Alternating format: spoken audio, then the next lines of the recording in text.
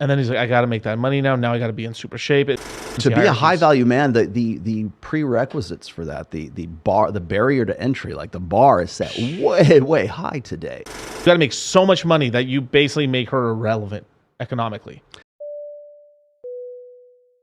If you're a Gen Xer like myself, you definitely know this movie. I think this is a 1984 movie called Footloose. And I'll admit, I've never even seen the movie. I haven't seen it. But I did buy the soundtrack, and I bought it for one song in particular, this one. Now, you know this song. Even if you don't know the song, you still know it. It's actually interesting because she almost didn't even make the song. But this song is the representation of the kind of love that guys would want a woman to have for them. The beginning of this video is from a Rollo Tomasi stream that I will link in this video, reacting to this story. But on dirty jobs, even then, everywhere we went, we saw help wanted signs.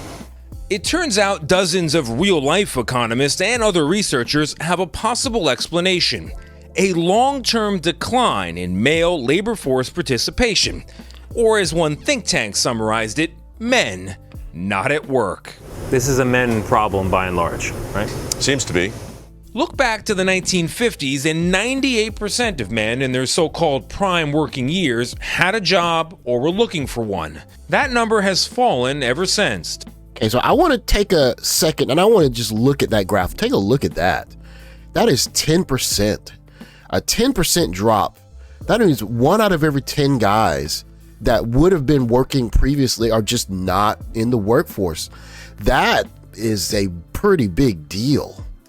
To the point where today, more than 7 million men have essentially dropped out of the workforce.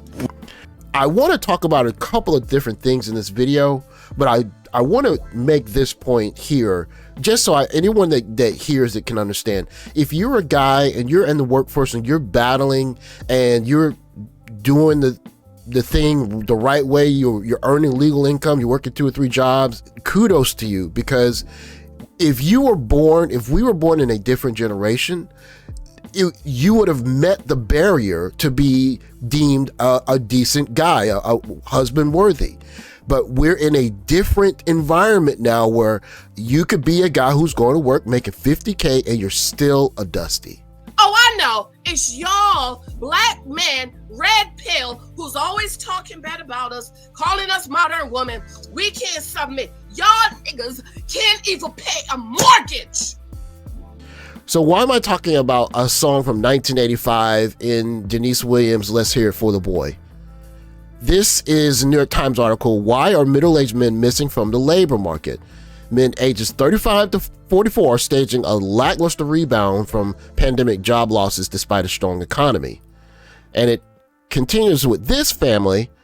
For the past 5 months, Paul Rizzo, 38, has been delivering food and groceries through the DoorDash app, but he spent the first half of 2022 earning no paycheck at all, reflecting a surprising trend among middle-aged men. Middle-aged, 35 to 44. Continues. Mr. Rizzo's decision to step away from employment during his prime working years hints at one of the biggest surprises in today's job market. Hundreds of thousands of men in their late 30s and early 40s stopped working during the pandemic and have lingered on the job market sidelines since. The chorus for Let's Hear It for the Boy. Let's hear it for the boy. Let's give the boy a hand. Let's hear it for my baby. You know you gotta understand. Maybe he's no Romeo, but he's my loving one-man show. Oh, whoa, whoa, whoa. Let's hear it for the boy.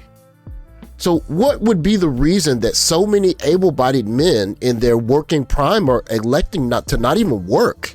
Average women don't want to get with the average guy. Correct. Okay. So the average guy is going to have one of those jobs, right? So what's motivating? What's the impetus of that guy to go and take on any of these jobs that Tommy Lahren gets just all indignant about, to go and do that in the first place? Y'all need help to pay mortgage, but y'all want us to submit to you. Excuse you? This is the New York Times attempting to diagnose the issue. The Economist came up with a range of explanations for men's slow return to the labor force. After the war and crime in the 80s and 90s, more men had records that made it difficult to land jobs. The rise of different chemical dependencies sidelined others. Video games have improved in quality, so staying home might become more attractive. And the decline of the nuclear family unit may have also diminished the traditional male's role as economic provider. This is Rollo Tomasi diagnosing it his way. The whole point of it is that those jobs are probably not high status jobs to begin with. No. And so again, if average men aren't attractive to average women, then why would an average guy want to go get an average job? You can't even put a roof over our head and food on our table, but y'all want us to submit. This, I think, is the best verse of her song, and it's the reason why I still listen to the song even today as a pick-me-up.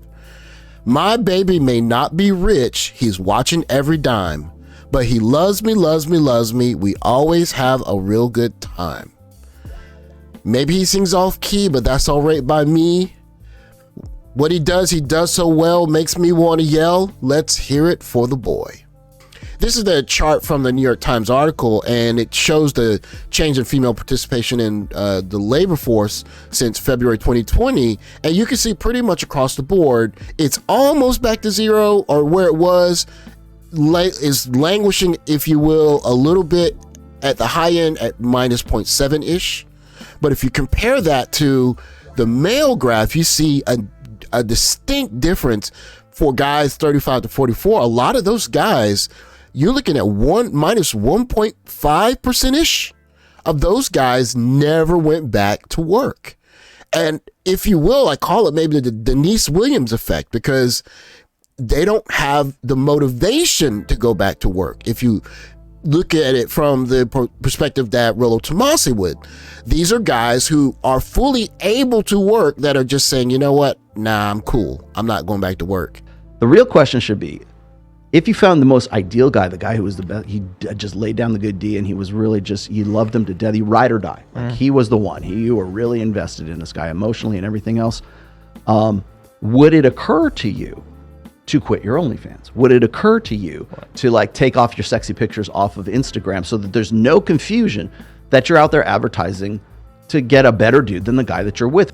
That is a problem that only culture can fix. You can't really fix that problem with, I don't know, alphaness or game or anything like that, because if she feels the need to still advertise, or better yet, she could do it without you knowing it. The only way you can really answer that problem is to be in a culture that says, hey, listen, man, we do marriage in a traditional way here. It's time for you to put all that stuff up, or better yet, you shouldn't even be doing that if you're looking for a husband. Clearly think is the ideal guy. You put that to women, and they still say, I wouldn't do it, because we're talking about a generation of women who have been socialized and acculturated and conditioned to never trust men, period. Men are running into two different problems, and you're seeing this happen around the world. One issue, of course, is that it's just darn hard to make a lot of money. You got to work really hard at it.